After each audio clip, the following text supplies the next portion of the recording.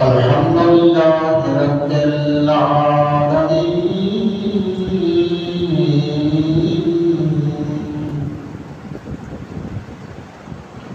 والصلاة والسلام على رسوله الكريم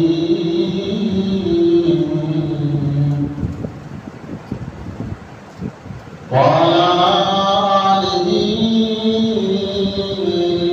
وأصحابه وأهل بيته وأزواجه وأولياء ملته وعلماء أهل سنته أجمعين. أما بعد فأعوذ بالله من الشيطان الرجيم. بسم الله الرحمن الرحيم.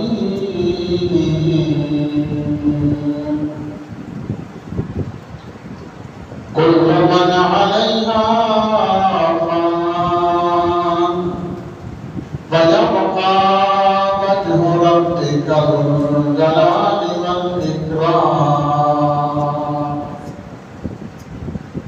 صدق الله العظيم وصدق رسوله النبي الكريم الأمين.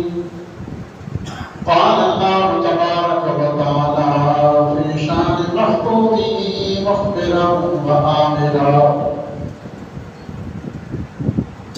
إن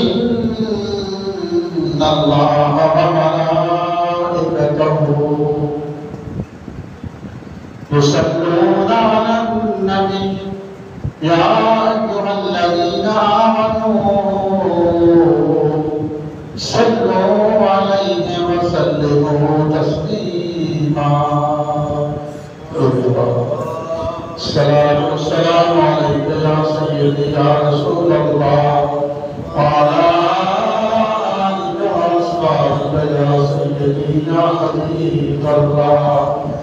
الصلاة والسلام عليك يا سيدي يا رسول الله وعلى آلك وأصحابك يا سيدي يا خاتم النبيين. حمد و ثنا کی بات دعا ہے. پروردگار عالم مجھے ہاں کہنے کی آپ کو سن کر ہم سب کو اس کے عمل کی توفیق عطا فرمائے. اللہ تعالیٰ کا لاکھ لاکھ کے سامنے شکر ہے جس نے سب سے پہلے اپنے حضور مسجد میں نماز جمعۃ المبارک ادائیگی کی سعادت نصیب فرمائی ہے. اللہ تعالیٰ اپنی شجاعت اس کا جو ثواب عطا فرمائے اور اس کے فیض و برکات نصیب فرمائے اور رسالت مآب صلی اللہ تعالیٰ علیہ وسلم کے نالان پاک کے توسل سے تصدق سے اللہ تعالیٰ ہماری زندگی کی جملہ خطاؤں کو غلطیوں کو لفظوں کو معاف فرمائے. بقیہ زندگی اپنے خوف و خشیت میں رسالت مآب صلی اللہ تعالیٰ علیہ وسلم کی عشق و محبت میں قرآن و سنت کے سیرت طیبہ میں اسوہ رسول کی زندگی گزارنا نصیب فرمائے. آج کے اس عظیم و شان جمعۃ المبارک اجتماع 27ویں پارے سورۃ الرحمن کی آخری درمیان سے ایک آیت طیبہ تلاوت ہوئی جس میں لکڑی فرماتی ہے: کل من علیہا فان. ہر چیز فانی ہے، ہر چیز ختم ہونا ہے، ہر چیز بے فنا ہے. کل من علیہا فان. ہر چیز مٹنے والی ہے. جو بھی چیز بنی ہے اس میں مٹنا ہے. جو بھی پیدا ہوا ہے اس میں مرنا ہے. جو بھی آیا ہے اس نے جانا ہے، کوئی چیز بھی باقی نہیں رہی۔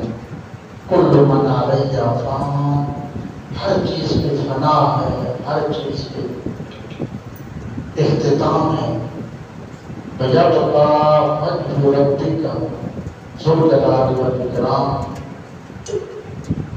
اگر کوئی ذات باقی ہے، کسی کو بقا ہے، کسی ذات کو دوام ہے، کسی ذات کو ہمیشگی ہے، کسی ذات میں ہمیشہ رہنا ہے، ربِّكَ ذُو الْجَلَالِ وَالْإِكْرَامِ، تو وہ پروردگار عالم کی ذات ہے جو ہمیشہ رہے گی، اس میں کوئی فنا نہیں ہے، جس میں ہمیشہ بقا ہے۔ اللہ نے اس آیت طیبہ میں یہ بتا دیا ہے کہ جو بھی کسی ختم ہونے والی چیز کے ساتھ لگا، اس کو پکڑا، اس کے پیچھے چلا، اس سے اپنے تعلقات جوڑے، ختم ہونے والی چیز کے ساتھ یہ بھی ختم ہو جائے گا، اس کا ذکر بھی ختم ہو جائے گا، نام بھی مٹ جائیں گے، اور جو اس باقی ذات کے ساتھ کر گیا اس کے ساتھ تعلق جوڑ لیا، کیونکہ اس ذات کو بقا ہے، دوام ہے، ہمیشگی ہے، وہ کبھی ختم نہیں ہوگی۔ تو جس نے بھی رب ذوالجلال کا دامن پکڑا، اپنے تعلقات اس سے جوڑ لیے، پھر کبھی اس کا ذکر، اس کا نام کبھی ختم نہیں ہوگا۔ یہ مسجد ہی دیکھ لیں، آپ مزدور محمد صاحب تھے، مسجد کو بنایا، آباد کیا، آغاز کیا، کیونکہ یہ چیز رب کی ذات کے ساتھ اس کی نسبت ہے، مسجد کی اس چیز کو بقا ہے، ان کا نام اس چیز کے ساتھ جڑا، اس نام کو بھی ابھی تک بقا ہے، اور ابھی تک حافظ نور محمد صاحب، مسجد حافظ نور محمد ابھی تک ان کا نام زندہ ہے۔ قیامت تک مسجدیں باقی رہیں گی، نہیں ملے گی۔ اسی طریقے سے یہ نام بھی ہمیشہ کے لیے باقی رہے گا۔ بڑے بڑے دنیا میں ظالم بادشاہ آئے، جابر آئے، اپنی بات کو حرف آخر سمجھنے والے، لوہے پہ لکیر سمجھنے والے، بڑے بڑے سکندر اعظم آیا، دنیا مٹ گئے، نام مٹ گئے، ان کے قبروں کے نشان مٹ گئے۔ دو چار دن چاہنے والے روتے ہیں، آنسو بہاتے ہیں، پھر بھلا دیے جاتے ہیں، اور پھر ختم، پھر نصف صدی 50 سال گزرتے ہیں، پھر آہستہ آہستہ قبروں کے نشان بھی مٹنے شروع ہو جاتے ہیں، پھر 1-2 صدی گزرتی ہے، پھر کوئی پتہ نہیں کون آیا تھا۔ اب 2024 ہے، اگر 2124 آئے گا تو ہم میں سے کسی کا نشان نہیں ہوگا۔ اس نام کے بھی لوگ مسجد میں آتے تھے، جمعہ پڑھتے تھے، نماز پڑھتے تھے، ختم ہو جائے، ذکر مٹ جائے گا، نسلیں ختم ہو جائیں گی، ختم ہو جائے گا۔ سکندر اعظم دنیا سے جانے لگا، کتنی بڑی دنیا کے انتہائی حصے کو فتح کرنے والا، دنیا پہ حکومت کرنے والا بادشاہ سکندر اعظم جب جانے لگا، اس نے اپنے وزراء سے، ارکان مملکت سے، اپنے جواہرین سے کہا تھا کہ میرے دونوں ہاتھ کفن سے باہر کر دے۔ تو وہ چڑھا کہ کیوں؟ تو میں اس لیے کہ میں دنیا والوں کو یہ بتانا چاہتا ہوں کہ پوری دنیا پہ حکومت کرنے والا بادشاہ و شہنشاہ سکندر اعظم دنیا سے جا رہا ہے، لیکن دونوں ہاتھ خالی ہیں، ساتھ کچھ بھی نہیں لے گا، کچھ بھی نہیں لے گا۔ تن بدن کے کپڑے بھی اتار لیے جائیں گے، انگوٹھی گھڑی سب کچھ اتار لیا جائے گا۔ یہ جن گھروں کو ہم دن رات ایک کر کے خون پسینے کی کمائی، حلال حرام کی ساری امتیازات، فرق اور تمیزوں کو مٹا کر بناتے ہیں، ان گھروں میں ایک گھنٹہ بھی رہنا نصیب نہیں ہوگا، کچھ بھی نہیں ہوگا۔ تو فرمایا کہ اب بھی وقت ہے کہ اس فانی دنیا کو چھوڑ کے، فانی چیزوں کو چھوڑ کے اس باقی ذات کا دامن پکڑ لو، ہمیشہ کے لیے تمہیں تمام مل جائے گا۔ دیکھیں نا، زندگی کی حقیقت کیا ہے؟ ہم نے ذکر پڑھا پیچھے جتنے جمعہ مبارک گزرے 3 4 5 امام علی مقام امام حسین رضی اللہ تعالیٰ وصف رسول کا ذکر پڑھتے رہے، جو دیگر صحابہ کرام کا ہم ذکر پڑھتے ہیں، ان میں امام حسین پہ مشکل وقت آیا کربلا میں، تو آپ نے یہ دعا نہیں مانگی کہ یا اللہ مجھے بچا دینا۔ کیوں؟ اس لیے کہ حضور نے فرمایا کہ دنیا مومن کے لیے قید خانہ ہے، مومن کے لیے قید خانہ ہے، اور مومن یہاں سے اس قید خانے سے بھاگنا چاہتا ہے۔ ایک کون کہتا ہے کہ میں ہمیشہ قید خانے میں رہوں؟ اگر آپ میں سے کوئی آپ میں سے جیل پہ چلا جائے تو وہ دعا کرے گا کہ یا اللہ ہمیشہ مجھے یہاں پہ رکھے، یہ دعا کرتا ہے؟ نہیں، سب یہی دعا کرتے ہیں کہ یا اللہ یہاں سے آزادی دے گا، آزاد کر دے، مجھے اس قید خانے سے، جیل سے رہائی عطا فرما۔ مومن یہاں سے بھاگنا چاہتا ہے۔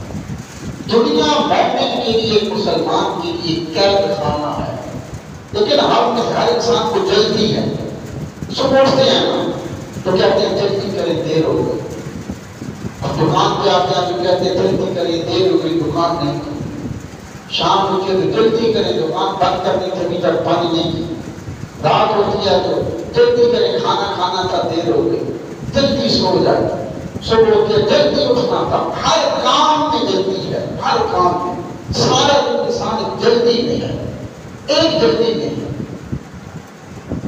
تو یہ جلدی کس بات کی ہے؟ جلدی اس بات کی ہے کہ انسان کی جو روح ہے وہ انسانی پنجرے میں بند ہے، انسانی جو روح ہے جو انسانی پنجرے کی دیواروں سے ٹکراتی ہے، پھڑ پھڑاتی ہے، یہ نکلنا چاہتی ہے، اور جب یہ روح انسانی پنجرے کی دیواروں سے ٹکراتی ہے پھر انسان کہتا ہے جلدی کرو مجھے جلدی، جب وہ روح انسانی پنجرے سے ٹکراتی ہے اور باہر نکل کے آزاد ہونا چاہتی ہے، اس کے ٹکرانے کی آواز ہوتی ہے کہ جلدی کرو مجھے دیر ہو گئی، جلدی کرو مجھے دیر ہو گئی، جلدی کرو دیر ہو گئی، میں نے جلدی جانا تھا، جلدی آنا تھا، جلدی اٹھنا تھا، جلدی پہنچنا تھا۔ یہ اس روح کی انسانی پنجرے کی دیواروں سے ٹکرانے کی آواز ہے جو چاہتی ہے کہ کب یہ قفس عنصری کا یہ دروازہ کھلے، انسانی جسمانی قید خانے کا دروازہ کھلے اور میں پرواز نہ جاؤں۔ مومن کے لیے حضور نے فرمایا کہ دنیا ایک قید خانہ ہے، اور کوئی قید خانے میں ہمیشہ کے لیے رہنا پسند نہیں کرتا، کوئی جیل میں ہمیشہ رہنا پسند نہیں کرتا۔ امام علی مقام امام حسین نے اس لیے جو دعا نہیں مانگی تھی کہ یا اللہ مجھے بچا دے، وہ جانتے تھے کہ دنیا ایک قید خانہ ہے، ایک قید خانہ۔ دیکھیں نا، علماء نے تعبیر کی ہے، بزرگان دین نے، جب بچہ میں ماں کے پیٹ سے باہر آتا ہے تو وہ روتا ہے، وہ چیختا ہے، چلاتا ہے، کیوں روتا ہے؟ جب بچہ ماں کے پیٹ سے باہر آتا ہے تو کیوں روتا ہے؟ علماء نے لکھا اس لیے کہ وہ 9 مہینے اپنی ماں کے پیٹ میں رکھتا ہے۔ آپ نے دیکھا ہوگا، محققین نے لکھا ہے کہ اللہ تعالیٰ اس کہ ماں کی شکل کو اس کے لیے کھیل کا میدان بنا دیتا ہے۔ کبھی بچہ 4 مہینے کے بعد اس کا سر یہاں پہ ہوگا، کبھی یہاں پہ ہوگا، وہ ماں کی شکل میں چلتا ہے، کھیلتا ہے۔ اب 9 مہینے جب بچہ ماں کی شکل میں رہتا ہے تو اس کا دل لگ جاتا ہے، اب وہ بچہ سمجھتا ہے کہ کل کائنات میری یہی دنیا ہے، جو ماں کا شکم ہے، ماں کا پیٹ ہے، میری کل کائنات یہی ماں کا شکم ہے۔ اب اس کو چھوڑنے کی اس کا دل نہیں کرتا۔ جب اس ماں کی شکم کو جہاں پہ وہ کھیلتا رہا، اس نے 9 مہینے گزارے، اس کا دل لگ گیا۔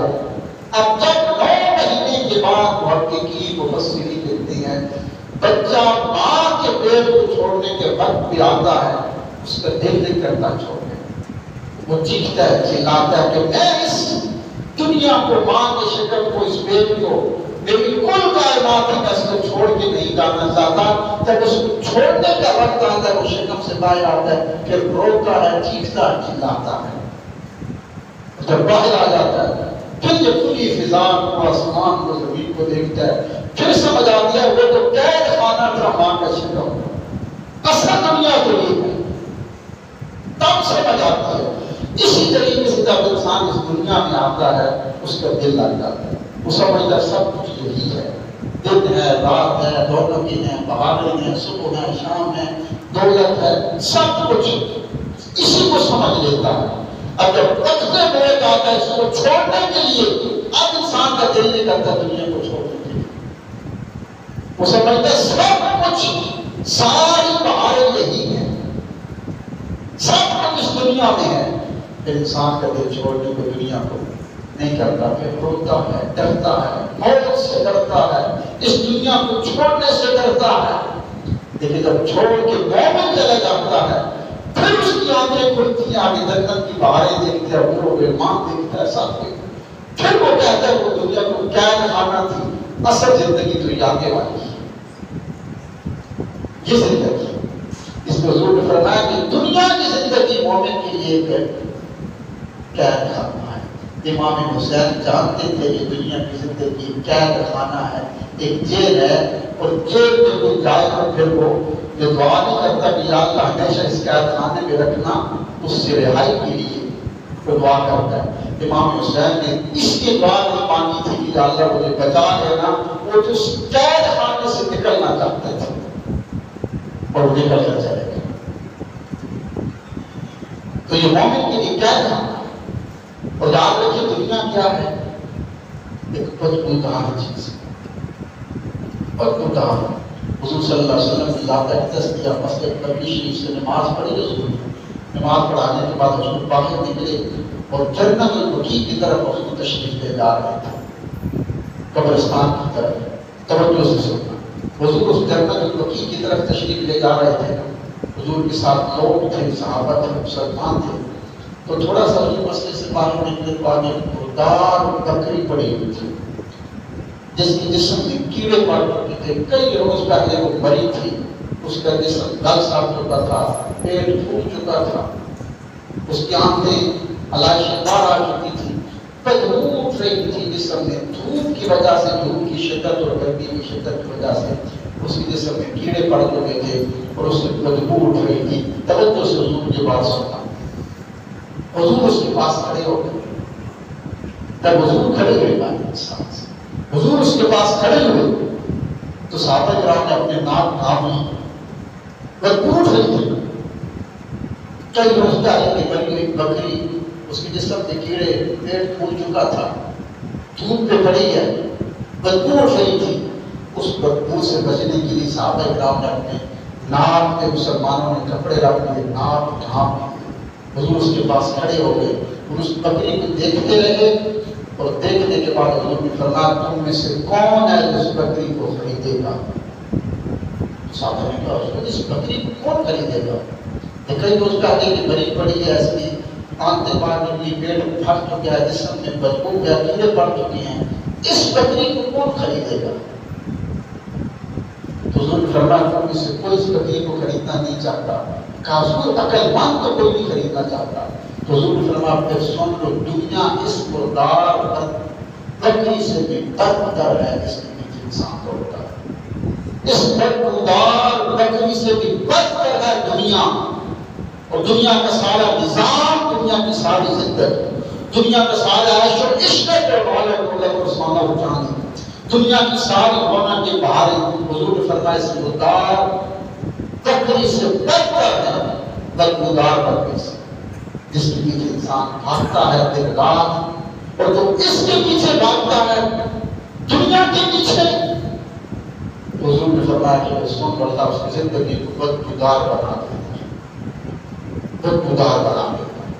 اور بدبودار کیسے ہوتی ہے؟ زندگی سے بدبو نہیں اٹھتی، بدبودار ایسے ہوتی ہے اولاد نافرمان ہو جائے، زندگی سے سکون اٹھ جائے، پھر ٹینشن نہیں، یہ بدبو زندگی میں آتی ہے، پھر سکون نہیں ہے، خوشبو نہیں ہے۔ تو یہ تو مسلمان کی شان ہے، مسلمان کئی روز تک نہ نہائے اس قسم سے بدبو نہیں آتی، ورنہ کفر کو دیکھ لیں، یہود نصارہ کو دیکھ لیں، عیسائیوں کو دیکھ لیں، یہودیوں کو دیکھ لیں، جتنے بھی کافر ہیں ان کو دیکھ لیں، ان کی جسم سے بدبو اٹھتی ہے۔ وہ ایک دن میں کئی وہ جو عطر کی خوشبو کی سینٹ کی وہ شیشیاں لگاتے ہیں، پھر بھی ان کی جسم سے بدبو نہیں جاتی۔ یہ کلمہ پڑھنے کی برکت ہے، تو کلمہ پڑھ لیتا ہے تو اس کی جسم سے کبھی بدبو نہیں آتی۔ یہ میرا خود تجربہ ہے بات ہے۔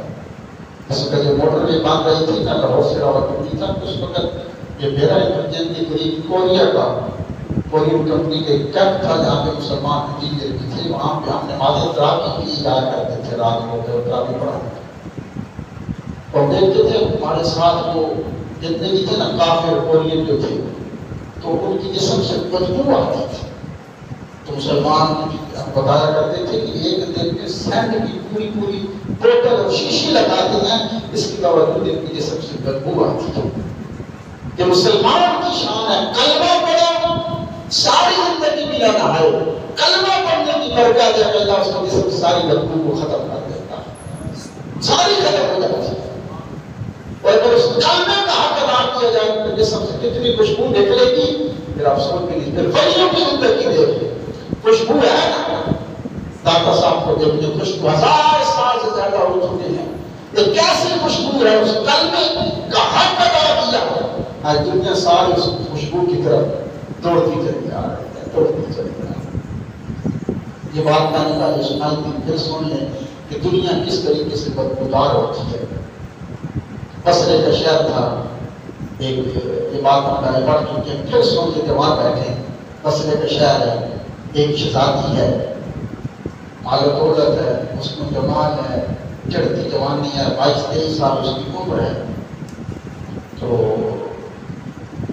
بازار میں گئی کپڑا خریدنے کے لیے، جب بازار میں گئی تو کپڑے کی دکان پہ گئی، وہاں پہ جوان تھا، حسین و جمیل تھا، اس کو دیکھا تو دیکھتے بیٹھی، اس پہ عاشق ہو گئی۔ اب اسی کے خیال میں، جوان کے خیال میں بہت سا کپڑا اس نے خرید دیا۔ یہ جوان بڑی توجہ سے بات سنے کہ یہ دنیا کس طریقے سے بدبودار ہے، بہت سا کپڑا خرید لیا اسے۔ جب کپڑا خرید لیا تو پھر مالا کی دکان سے کہنے لگی کہ اس جوان سے کہو کہ یہ کپڑا میرے گھر تک چھوڑ دیا۔ ایک کبیر ذاتی تھی، شہزادی تھی، حسین و جمیل تھی، پھر اس نے کپڑا بہت سا خرید دیا تھا۔ تو دکان کے مالک نے کہا کہ بھائی ٹھیک ہے بیٹا جاؤ، اس کے ساتھ جاؤ، بہن کے ساتھ، بھائی کے ساتھ جاؤ، اس کے گھر میں یہ کپڑا چرا لیا۔ اس کے ساتھ بھی اٹھا لیا، جب اٹھا کے اس کے گھر میں پہنچا تو اس کو تو ایک پیسے کی بھیٹ چڑھی ہوئی تھی نا، پیسے سے اولادیں بگڑ جاتی ہیں۔ یہ اور یہ الزام تھے، یہ صحابہ کرام تھے، انبیاء تھے، مسلمان تھے، بزرگان دین تھے، کہ پیسے سے کیوں نہیں بھاگتے تھے مال و دولت سے؟ جتنا جاتا ہے اتنا انسان اللہ سے دور ہوتا چلا جاتا ہے، حتیٰ کہ جہاں تک کہ یہی پیسہ، یہی مال و دولت جب حد سے زیادہ آتا ہے تو پھر یہی انسان سے خدائی کا برباد ہوتا ہے۔ اب اس میں پیسے تھے، دولت تھی، سب کچھ تھا، کپڑا گھر میں رکھا، کوئی بھی نہیں تھا۔ اس جوان سے کہا کہ اپنے دل کا اظہار کر دیا، تو اس جوان نے کہا کہ میں تیرے ساتھ یہ کام نہیں کر سکتا، میں اللہ سے ڈرتا ہوں۔ اس نے کہا تو جتنا مانگ لو گے کہے گا تجھے میں تو پیسہ مانگ، سونا چاندی جو کہے گا۔ اس شہر کے شہنشاہ کی ریاست کے شہنشاہ کی شہزادی میری حسن و جمال کی جھلک دیکھنے کی طرف سے میں تجھے خود اس بات کی آفر کر رہی ہوں کہ تجھے یہ گناہ میرے ساتھ کرنا پڑے گا، زنا کرنا پڑے گا۔ جس جوان نے کہا کہ میں اللہ سے ڈرتا ہوں، میں نہیں کر سکتا، اس نے کہا اگر مجھے ایسے نہیں مانتا اس نے تلوار نکال لی، اگر تو نے میری خواہش پوری نہ کی تو تلوار سے میں تیرا ساتھ تن سے جدا کر دوں، تلوار اڑا کے رکھ دوں۔ اس نے دل میں کہا کہ یا اللہ میری مدد فرما، مجھے اس گناہ سے بچا لے۔ تو دل میں کہا، اس کے دل میں علماء لکھتے ہیں، روز انس نے یہ بات کی، اس کے دل میں خیال آیا، اچانک قدرت الہی کی جانب سے اس کے دل میں بچنے کی تدبیر ڈالی گئی۔ اچانک اس نے کہا کہ یہ عورت مجھے لڑکی چھوڑے گی نہیں۔ اس نے کہا کہ میں نے واش روم میں جانا۔ اس نے کہا چلا جائے، تو واش روم میں گیا، اس نے بہانہ کیا، لمبی بات علماء نے لکھی ہے، اس نے بہانہ کیا اس لڑکی سے بچنے کے لیے، اس نے بہانہ اپنے منہ پہ لگا دیا، اپنے جسم پہ لگا دیا۔ جو ہی باہر آیا اس لڑکی کی نظر پڑی، اس کو نفرت ہوئی، اس نے کہا بھاگ جا، نکل جا یہاں سے۔ وہ وہاں سے بھاگا نکلا، آگے بصرے شہر سے باہر ایک چشمہ تھا، اس چشمے پر جا کر وہ نہایا، غسل کیا، چند ہونے کے بعد اس کا وصال ہو گیا۔ آج کئی سو سال گزر چکے ہیں، علماء لکھتے ہیں بصرے کے مرکزی قبرستان اس کی قبر ہے۔ جس دن سے اس کا وصال ہوا اس دن سے لے کر آج تک اس کی قبر سے خوشبو آتی ہے، اور کئی مہینوں تک خوشبو آتی ہے۔ وہ زنا سے بچا، عورت سے بچا، اللہ نے اس کی زندگی کو خوشبو سے بھر دی۔ اب بھی مرنے کے بعد اس کی قبر سے خوشبو آتی ہے۔ جتنا آپ انسان عورت کے قریب ہوتا ہے، گناہوں کی دلدل میں دھنستا چلا جاتا ہے، اس دنیا کی دلدل میں انسان دھنستا چلا جاتا ہے، اتنا ہی اللہ تعالیٰ اس کی زندگی کو بدبودار بنا دیتا ہے، اتنا ہی بدبودار بنا دیتا ہے۔ ہم لوگوں کو اس بات کی سمجھ نہیں آتی۔ روایت تشریفہ پڑی تھی، کل من علیہ فان، اللہ فرماتا ہے ایک ہی بات ہے کہ زندگی کو تم خوشبودار بنانا چاہتے ہو، پربہار بنانا چاہتے ہو، پر رونق بنانا چاہتے ہو، اس دامن خدا سے لپٹ جاؤ۔ وہ جو کہتا ہے پھر وہ کرو۔ اس کو مانتے تو ہے نا، لیکن اس کی مانتے نہیں ہے۔ اس کو ماننے کے ساتھ اس کی مانتی بھی ہے نا۔ یہ تو مانتے تو ایک ہے، لیکن وہ کہتا ہے نماز ہو، یہ نہیں مانتے۔ اس کو ماننے کے ساتھ اس کی مانتی بھی پڑ جائے۔ ہم دنیا کے لیے اس دنیا کے دولت کے پیچھے دوڑتے ہیں، پھر دھوکہ کرتے ہیں، پھر اپنوں سے دھوکہ کرتے ہیں، بڑوں سے دھوکہ کرتے ہیں، مسلمان سے دھوکہ کرتے ہیں۔ شہید دھوکہ ہے، وہ زندگی کو بدبودار بنا دیتا ہے اور انسان کو دنیا آخرت میں تباہ کر دیتا ہے۔ امام غزالی لکھتے ہیں کہ بنی اسرائیل کے اندر ایک شخص تھا جس نے 1000 سال عمر پائی،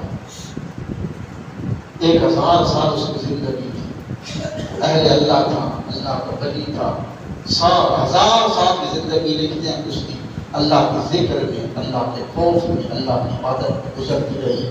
وہ مسلسل دن کو روزے رکھتا اور رات کو اللہ کے حضور صلی اللہ علیہ وسلم کھڑا رہتا، اور ایمان کے کم اس کی اتنی طاقت دی تھی یا اس کی جوانی تھی، جس میدان میں بھی اترتا تھا تاکہ اس کا مقابلہ نہیں کر سکتے تھے۔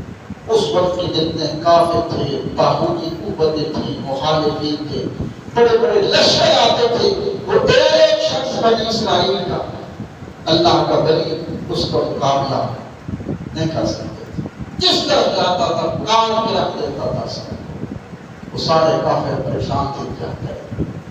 آخر انہوں نے اس کی بیوی کو خرید لیا، بیوی کو خرید لیا۔ کہ جلدی پیسے کی جمع کیسی ہے نا، کہ بیٹے بھی ہو، اولاد بھی ہو، یہ سب پھوٹ جاتے ہیں۔ بیوی کو خرید لیا، کہا کوئی ایسی کمزوری بتا اپنے خامد کی ہم اس پہ قابو پا سکے۔ جس میدان میں اترتا ہے وہاں پہ فتح کے جھنڈے گاڑ دیتا ہے۔ یہ ایک یا ہزاروں کی تعداد میں ہوتے ہیں، سب کو کاٹ کے رکھ دیتا ہے۔ بتا اس کی کمزوری کیا ہے۔ بیوی کو دولت دی، سونا چاندی دیا، سب کچھ دیا، بیوی لالچ میں آ گئی۔ رات کو جب اس کا خامد بستر پہ سویا، بیوی نے رسیوں سے باندھ دیا۔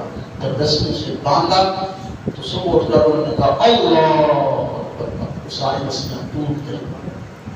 جتنی رسیاں تھیں حضور فرماتے ہیں وہ ٹوٹ گئی۔ امام غزالی دوسری رات کے آئی، بیوی نے زنجیروں میں جکڑ دیا، چارپائی میں وہ سوئے، اللہ کے ولی کے اسرائیل کی بیوی نے زنجیروں، لوہے کے زنجیروں بیویوں میں جکڑ دیا۔ جب صبح اٹھی پھر اللہ تعالیٰ ساری زنجیریں ٹوٹ گئے۔ پھر بیوی تھی وہ شامت کرنے لگی کہ میں تو بس آپ کی طاقت دیکھ رہی تھی، ہر کسی سنتی ہوں کہ تم بڑے طاقتور ہو، جس میدان میں اترتے ہو سب کو پچھاڑ کے رکھ دیتے ہو، کاٹ کے رکھ دیتے ہو، تمہارے اوپر تو طاقت دیکھ رہی تھی کتنی ہے، تم تو واقعی بڑے طاقتور ہو۔ پھر قریب ہوتی گئی، باتوں باتوں پوچھ لیا کہ تمہاری کمزوری کیا ہے؟ انہوں نے بتا دیا کہ میری کمزوری میرے یہ بال ہے، لمبے لمبے ان کے بال تھے، فرماتے وہ بیٹھتے تھے تو نیچے بیٹھتے تھے تو زمین پہ لگتے تھے۔ یہ پہلے شریعت میں جائز تھا، لیکن شریعت محمدی نے پھر اس کو حرام قرار دے دیا گیا۔ حضور کی جو زلفیں تھیں یہاں کانوں کی لو تک حضور کی زلفیں رہتی تھیں، اور ایک دو دفعہ سوا حضور کی زلفیں جو کری تھی وہ صرف حضور کے کندھوں تک آئی تھی، ورنہ ہر وقت حضور کی زلفیں تھیں یہ کانوں کی لو تک رہتی تھی۔ حضور نے فرمایا کندھوں سے نیچے بال رکھنا میری شریعت میں حرام ہے۔ حضرت دانے جان سے شخص آیا لمبے لمبے اس کے بال تھے، تو آپ نے پوچھا اتنے لمبے بال شریعت اسلام میں حرام ہے، تم نے کیوں رکھے ہیں؟ اس نے کہا میرے پیر صاحب کا حکم ہے۔ تو آپ نے فرمایا تیرے پیر کا حکم بڑا ہے یا حضور کا حکم بڑا ہے؟ رسول اعظم کا حکم ہے کندھوں سے نیچے بال رکھنا شریعت مصطفیٰ میں حرام ہے، کندھوں سے نیچے بال آپ نہیں رکھ سکتے۔